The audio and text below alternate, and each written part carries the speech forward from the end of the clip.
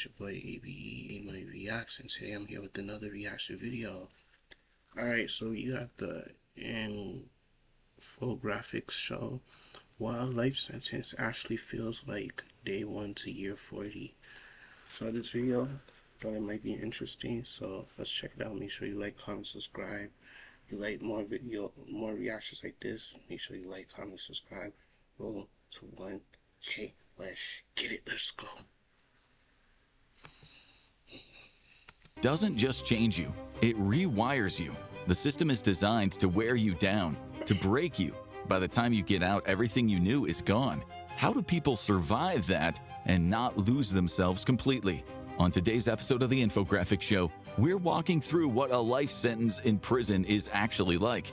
Day 1, you shuffle off the bus in handcuffs and leg irons, peering up at the guard towers and razor wire fencing. Armed officers herd you forward, their eyes cold. To them, you are nothing. And this is it, your home for the next 4 decades. You enter a holding room where an officer takes off your leg irons and gestures toward a thick door, the booking area. They take I seen that type of stuff like on Beyond Scared Straight too, when they bring the excuse me, when they bring like the people in, right? And they make them take off their shit and stuff like that. Okay. your wedding band and slip your phone and wallet into a Ziploc bag. $200 goes into your prisoner trust account and another $100 into your telephone account. In another room, you're told to strip. A guard smirks when they notice the tattoo of your that's crazy. Telling them to strip is insane. Cute kids who son's name inked across your chest. Your son, just 4 years old, will grow up without a father. And your wife, who swore she would wait, will have gray hair and wrinkles the next time you hold her, if you ever hold her again. The truth is, she's getting cracked. Hey, I just gotta be honest. I gotta be honest here. Come on. Is you've already accepted she'll move on, but the very thought of that right now is unbearable. Then comes the strip search. The whole process is totally dehumanizing. You've never thought of yourself as a bad person. It was self-defense, but that didn't wash with a jury of 12 men and women. The judge called it a callous disregard for human life, a deliberate act of calculated cruelty. If you had to defend yourself again, you would. And in this prison, it'll become a reality. But fighting isn't what frightens you. It's spending the next 40 years in small claustrophobic rooms as the property of the United States government. Just another body the officers will process today. You're handed your prison-issue slip-on shoes, gray jogging pants, and a sweater bearing the initials DOC, Department of Corrections. They fingerprint you and they those orange jumpsuits, okay. Take your photo. You're now a number, 12515-066. One of 1.8 million Americans behind bars. One of 600,000 people sent to prison each year. Appreciate it. E.Dottie123. Appreciate you, bro. No bullshit. Shout out to E.Dottie123. And one of the 1 in 6 who will never leave, serving a life sentence. Orientation blurs past. The officers talk about violence, about reporting abuse, but all you can think about is your wife and child at home. Later, a nurse performs the health checkup. She asks about your drug history and whether you're a danger to yourself. You mutter no and you shake your head. She scribbles a note in your file and you are out the door. You're moved into another nameless, colorless room. Have you ever worked for law enforcement? A guy in a shirt and tie asks you. No, you haven't, and you've never testified against anyone, so there's no reason you can't do your time in the general population. None of this feels real. Your state-appointed lawyer had been sure you would just get a few years for manslaughter, or better, it'd be viewed as a justifiable homicide. You were one of the 80 to 90% of federal criminal defendants in the U.S. defended by the state, a nation where with enough money the odds aren't too bad for getting away with serious felonies. The thought makes you furious. Your emotions swing wildly, from rage to despair. You just saw a female and a male officer laughing and joking with each other, casual workplace flirting. You'll never share a moment like that again. And then you walk through the bowels of the prison, door after door creaking open. Jail is not it. I ain't gonna lie, gang. Chat, stay away from jail as much as possible, bro. You know what I'm saying? Get your money, stay out the way. Stay out of trouble, gang. Stay out of fucking trouble, bro. Jail is not it. I never been to jail and I don't want to go to jail. You know what I'm saying? I don't. niggas telling you what to do and shit. I like my freedom. I ain't gonna lie. I love my freedom. No bullshit. I love my freedom. I can't even lie to you. Like, they, you got niggas telling you when to shit, when to eat. Whereas when you have freedom, nigga, you can do what you want just as long as your record's clean. So, jail's not the way, gang. Jail is not But until the the way. faint sound of voices grows louder, the smell of floor cleaner and sweat filling your nostrils, the last door opens to your unit. Faces look up from the tables where men are slamming down dominoes and cards. You keep your head high. You don't show them any weakness. White, black, brown, all in their own tight clique. Like it or not, this is your new family. Fish! Someone shouts from behind you. It reminds you of your school, but with grown men, dangerous men. You're not interested in what any of them has done or the prison. Plus, you're dealing with other different people. Sorry, I'm pausing this. You're different with different people that did some crazy crimes. You got niggas that probably rape people, fucking murder people, kill their kids. You know what I'm saying? Like, all types of shit. And you want to be here? Fuck no. Hell no. Don't drop the soap. Hierarchy they belong to. You don't want to be a part of their system, their code. You're not scared of them. The only thing that scares you now is time. You walk into your cell. Your cellie barely looks up, jerking his head to the top bunk. You toss your prison handbook on a steel desk, barely a foot away from a toilet sink combo that smells like it was freshly used. You still expect to wake up with your wife beside you, telling you it was all just a bad dream. Month 1. Before you were locked up, you'd watched prison TV shows. Like millions of others, you dismissed them as poverty porn, cheap exploitation of damaged lives, but you still watched. Your guilty pleasure was seeing grown men fight over a missing piece of candy. But you never thought you would be one of them. In here, you know your place, and it's decided by skin color and affiliation. Since you have no affiliation, unless you count CrossFit, Catholicism, or the Pee Wee soccer team you coached, you're lumped in with the whites. This was explained to you when a group of thugs walked into your cell a day after you'd arrived. They wanted to see your papers, your charges, checking to see if you were a chomo or some other kind of sex offender. You used to think that the prison code, when you heard about it on TV, was insane and hypocritical, but now that you're a part of it, you keep your mouth shut. The guys looked impressed when they read your homicide conviction, and here, that's a badge crazy. of honor. You don't bother telling them the details, what your useless lawyer had called mitigating circumstances. Neither do you play the tough guy. Your cellie later tells you that tough guys don't last long in prison. Just be cool and you'll be all right, he told you. But his bid is 7 years, not 40. He explained that you 7 are years. constantly monitored, that cameras watch your every move, but he said this doesn't stop the violence. Someone was stabbed in the shower stalls a week or 2 before you arrived. He said if someone wants you dead, they can kill you and make it look self-inflicted. The kid who carried it out was a torpedo. It's facts. Like, niggas don't understand that too, bro. Like, we're a whole different people, bro. And it's like, it's just not it, bro. It's just like, I know I keep saying it, but like, it's really not it. You know, you're not safe. No bullshit. Ordered to put work in for the Mexican mafia. They run things in this unit, taking orders from the boss, the shot caller. When there are problems, this guy will mediate it with the heads of the other races. You soon learn that if someone disrespects you, you fight back, or you'll become a victim. You have seen it with your own eyes, a fight over a stare, something your cellie called mad dogging. That's Another crazy. guy was beaten for farting, a sign of disrespect. The That's unit crazy. feels like a time bomb. The fuse hasn't been lit yet.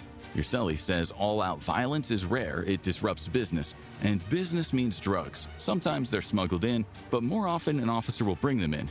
If you cause a fight, the unit is locked down and the cells get tossed. If drugs or weapons are confiscated, you can expect a beating. And you'd better hope the shot caller is feeling generous, because an HOS or hit on sight can easily become a KOS, kill on sight. Month 6. You're adjusting 6 to prison months. life. And not just learning to poop in front of another man. You've gotten drunk on prison alcohol, brewed by your wing's Pruno guy, the hooch expert, making money from hustle. Your cellie said it's a pretty simple process. Just take a whole load of old fruit and mix it with bread and then add extra sugar for strength. Even ketchup and candies work. You've got to leave it to ferment, usually in a watertight bag that can be acquired from the kitchen.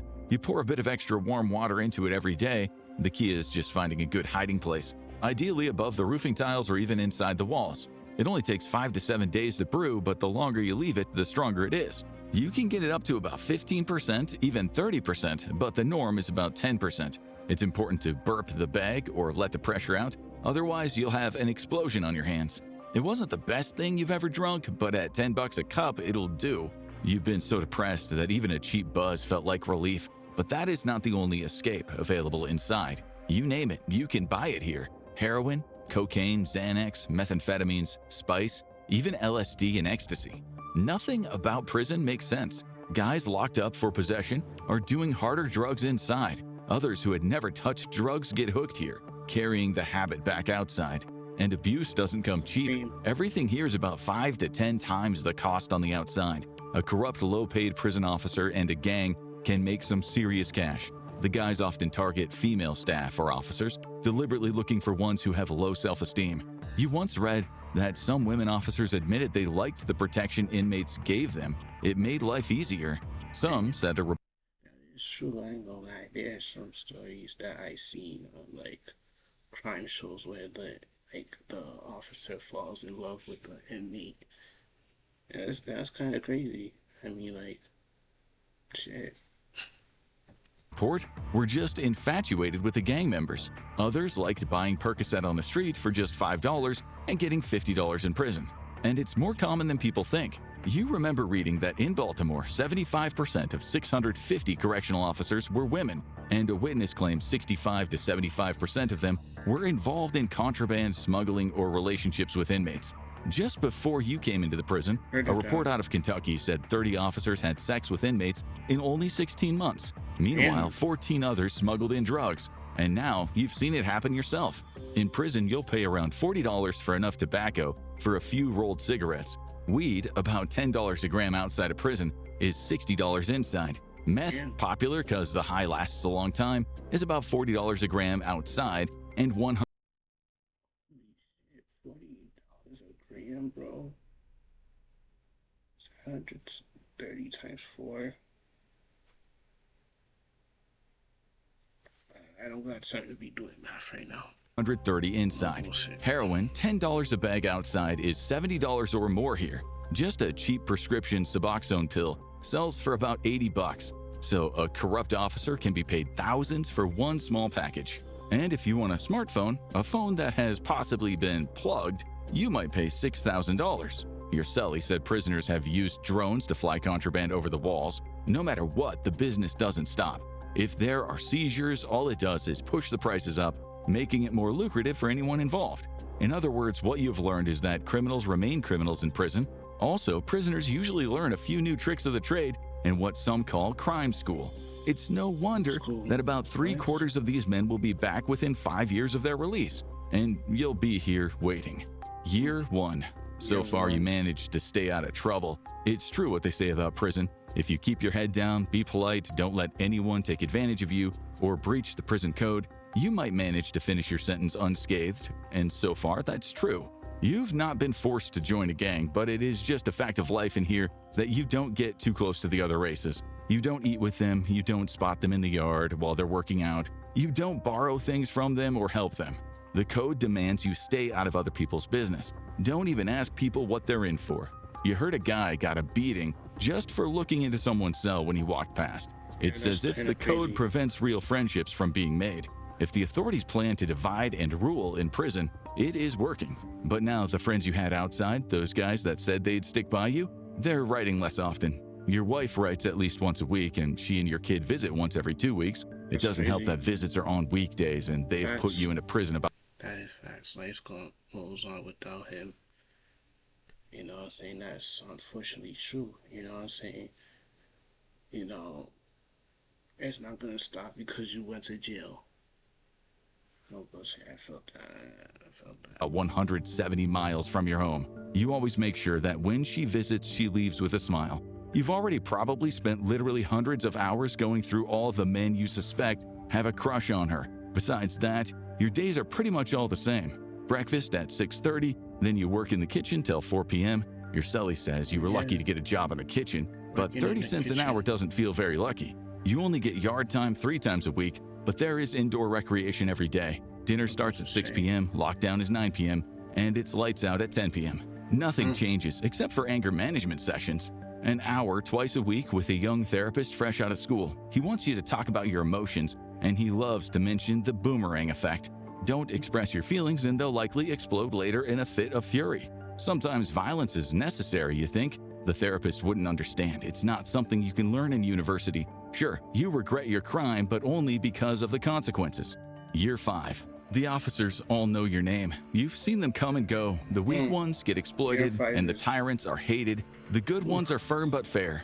As for you, there's a kind of respect for guys who will be in here for a long time, as long as they stay out of the business and they haven't hurt women or kids.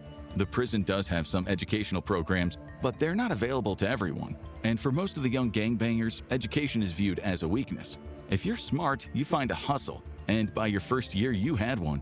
You are one of the few who can write and make sense of complicated legal texts. That's made you the jailhouse lawyer. It's against prison rules, but so are all the hustles. The officers usually turn a blind eye to it as long as nothing gets out of hand.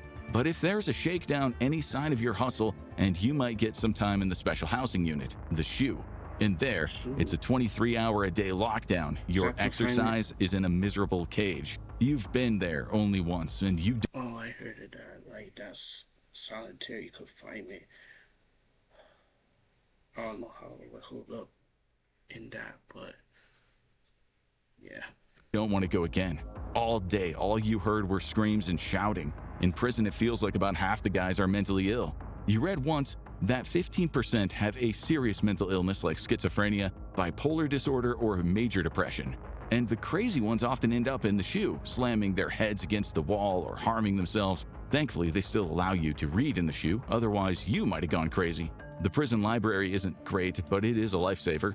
Well, it is if you're not one of the 60 to 75% of U.S. prisoners who are functionally illiterate. For lifers, if you're not constantly doing gang business, there are 3 main ways to stay sane: regular exercise, meditation, and reading. Reading is one activity that you've seen in prison that actually helps people rehabilitate themselves. The selection isn't great, way too much romance fiction. Still, they have a lot of classics and some okay nonfiction. You just go to the library during yard time and you check out the books. When you were in the SHU, they came around with a cart. Your wife sends books in too, and prisoners can order from Amazon. You can't have overtly sexual books or anything that might inspire or teach violence. And yes, there's actually a banned books list. The 2023 Prison Libraries Act was supposed to address the lack of funding, but the bigger problem is censorship. If they were really serious about rehabilitation, they should be making sure prisoners have access to a wide range of educational nonfiction and literary fiction. But instead, they ban books like it's North Korea. The worst state, your wife told you, was Florida, with over 22,000 books banned. Texas came next with around 10,000, then Kansas with 7,700, Virginia with 7,200, and New York with 5,300. And that includes language books staff can't read, and drawing books that inmates might use for tattoos. Often no reason is given, just stamped threat to security. In some states, even books with homosexuality are banned. Part of you thinks that the system is not interested in rehabilitation as much as filling quotas and punishing people. You had a lot of time to think about the man you murdered. You've watched men in here brag about violence and killing, and it hit you hard. Maybe you are just as messed up as they are. You always thought you were different, that your case was special, but just about everyone here says that. But your crime only created more trauma, which you are now passing down to your son. Violence is like a vicious cycle. If prison has done anything good for you, it's the realization that crime is all about cause and effect, and that even in bad circumstances, a civilized man can choose to end it. Still, you know you did wrong, and it won't help you get through another 30 years. Year 10. About 3 years ago, your wife started writing less often. She canceled visits, one after the other. Your son, who's now 14, started getting into trouble, and your wife said it was your fault. Now, he barely visits you, and when he does, he looks bored and resentful. And then you got the letter. She'd met another guy. She loved you, she said. She tried, but she couldn't live the best years of her. They switch up. I mean, like, I get it, because who wants to, like, she probably getting no action. You know what I'm saying? And she needs some, you know, she needs some, you know what I'm saying. But yeah. Her life alone. In a way, you felt some relief. Part of you wanted to respect her decision. The other part wanted his name and address. The group therapist said anger is a very natural response in these circumstances, but what does he know about spending your life in prison? You'll be sitting in the prison workshop and suddenly there will be an image in your head of your wife kissing some other guy. The pain is indescribable and there is nothing you can do to escape it. So you're in a prison, but also in a cage in your head, torturing yourself daily, and no matter what you do, those bad thoughts will come. And worse, you can't talk about it to a friend. You can't show weakness in here. And then you cracked. The therapist was right about the boomerang effect. You'd mistakenly told someone about something you enjoyed, a book you were reading. God knows why you let a feeling slip out, but you did. The novel was The Count of Monte Cristo, a story about love, revenge, justice, and morality. It really resonated with you, but then you got to the all-important final pages and someone had ripped them out. That's the kind of petty thing that happens all the time in prison. But after 10 years after being dumped, you just lost it. You snapped. Someone told you it was one of the new kids. You waited until he went to the showers and you knocked him clean out with one punch. If you hadn't done anything, you'd have been seen as weak. But the truth is, you did it because you were angry. Therapy is good on paper, but it doesn't take into account the extremes of prison life. In the shoe, an officer told you someone else had torn out the pages. You'd beaten an innocent kid for nothing, putting in work for a conniving liar. Maybe the officer was lying, so you'll beat another innocent man. This is life in the prison. Constant manipulation, constant lies, people taking pleasure in suffering. It destroys your faith in humanity. You know you can't do another 30 years of this, and after that last beating, stitches, hospital trauma, you doubt the parole board will be doing you any favors. Year 20. A year later, you learned your wife's new lover was your best friend. You had lost your... Oh, that's the worst game. That's the worst. The best friend? Hell no. He grimy for that. I can't lie. That's grimy. That's grimy.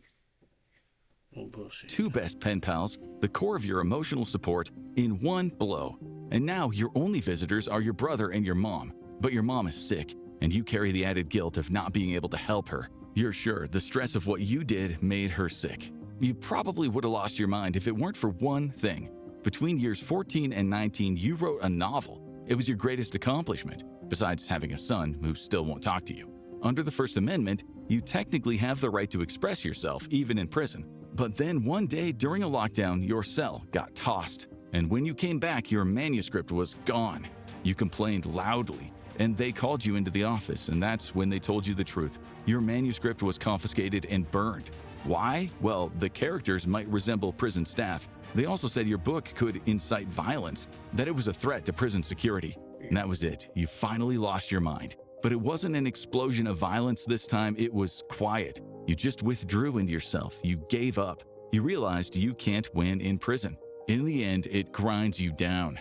When all those years ago, you thought yourself dehumanized in that first strip search, you were very wrong. Dehumanizing a person takes time. They chip away at you until your identity is nothing but a lump of stone, stripped of all character. Year 30. It's as if you've become a ghost. No one bothers you anymore. You're just the old-timer serving your time. The last time you heard anything from your wife after the divorce was finished was a letter to say she had married your best friend. Your son, according to your wife, had fallen in with the wrong crowd. In any other circumstances, this would bother you, but now you've stopped caring about what goes on in the outside world. That place is no longer real. The only reality is inside the prison walls, a nightmare you've learned to live with. You don't even know what year it is half the time. After decades, you've just stopped caring. You've seen a guy beaten to death in here. You've heard countless screams from men having a mix of sugar and boiling water thrown in their faces. You've had good cellies and bad cellies. One of the bad ones was a mouthy tough guy. He was transferred with a new scar on his face, made by a double-edged homemade razor. Physical assaults are so common that many don't even get recorded. But the truth is, you barely even notice the violence these days. It's just a fact of life, like the sound of locks or the smell of disinfectant. You no longer even daydream about nice food or the touch of a woman. You focus only on what's in front of you. It's not what you don't have that hurts you in prison. Humans can get used to almost anything. What hurts the most is the things you could have had. You no longer see ruthless gangs or heartless criminals in here, not like the TV shows want to make out. You just see victims of childhood trauma, of cruelty and rotten luck. Men who, for the most part, were doomed from birth. You don't feel sorry for them. Some have done awful things, but you don't moralize. Prison is proof there is no such thing as free will because no one would choose to end up like this. Year 40. You came in here age 25 and now you're 65, the age at which most people retire. You often look in the mirror and you don't recognize yourself. And almost time to go, to leave these walls. But the strangest, most debilitating thing is you're not sure if you want to go. For decades, you barely thought about life outside. Now it hits you like a brick and it scrambles your mind. You've seen the changes on TV, new gadgets, wars, viruses, environmental crises, and moral panics. And after a while, it all became meaningless. Sure, they've given you classes on how to reintegrate, but the fact is you became your prison number a long, long time ago. The outside world is no place for a man who thinks he's a number. Part of you wants to stay in your cell with your books, where you at least know the layout of the land. The dark irony is that the more dehumanized and institutionalized you become in prison, the easier it gets. The parole board said you were ready. The electronic bolt snaps open, and they lead you down the corridor past the few old-timers who bother to say goodbye. But you're struck with a thought. Maybe the outside isn't where you belong. Maybe prison is your natural habitat. They hand you your civilian clothes and a small bag with your wallet and phone. There are $300 in there. You're not even sure it buys much in this new world. The phone lights up in your palm. The woman at the desk hides a smile as you prod the antique screen. The last time you stood here, you were good-looking, with full hair, a man who once thought he'd do well in life. And now you're old, with 40 years missing. But inside you still feel the same, like your life was paused while the world kept moving. The door opens, daylight hits your eyes, and you take your first steps into the future. Doing life behind bars shows... Alright, W video from the M Graphics channel. Alright, make sure you like, comment, subscribe. Up to 1K, we is out. Peace.